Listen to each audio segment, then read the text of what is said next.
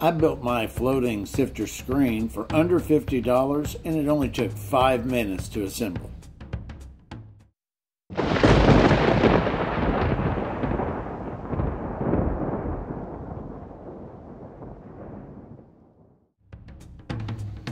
Y'all, I've really wanted a floating sifter and screen to use metal detecting and when I go out arrowhead hunting. You might remember my last video, I was complaining about it quite a bit.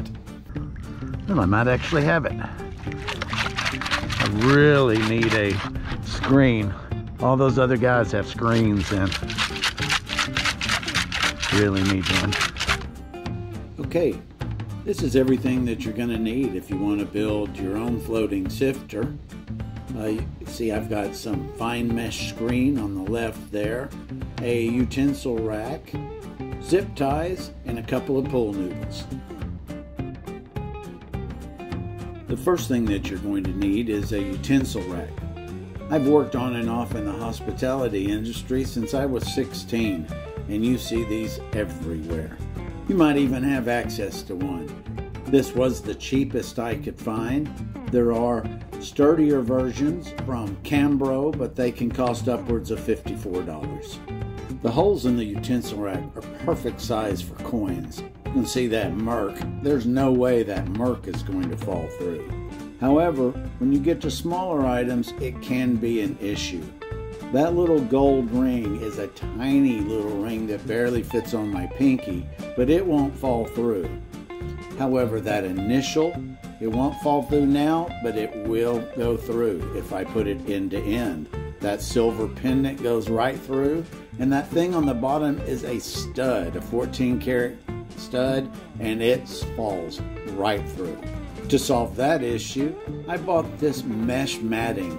It's used for knitting or something like that, and I picked it up at Hobby Lobby. You can see the price right there. I plan on making this mat a removable part and maybe only covering up a third. I might not always want it if I want to go hunting for arrowheads, but if I see a 7, 8 or below on my Equinox, those are almost always tiny little pendants and earrings, and I'll be sure to use that fine mesh side. Assembly of your sifter is pretty straightforward. You just wrap the pull noodle around the edges. I did trim off about 10 inches off of each pull noodle so they would fit. Thread the zip ties through the holes and then cinch them up.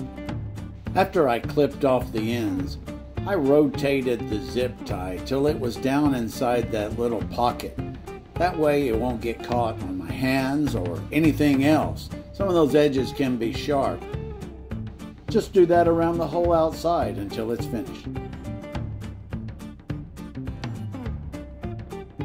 I could have just used a rope and some of the carabiners that I found metal detecting, but what I decided to do was use this super long bungee cord I had, and it's more like a surfboard leash. I did drill a little hole, put one end of the bungee cord inside there, and then crimped down that end, and did the same thing to the other end, but left room so I could slip in a carabiner. The one I've got there is way overkill. I think that thing's rated for 5,000 pounds, but it's what I had at hand, and I like that it locks in place. Okay, well, I think I'm going to test it at the lake in the morning if I can. Y'all, I sure do appreciate y'all watching this video today, and I hope that you found it helpful. If you've built one in the past or have any helpful hints from me, let me know down in the comments. Please consider subscribing and clicking that like button, and we'll see you on the next one.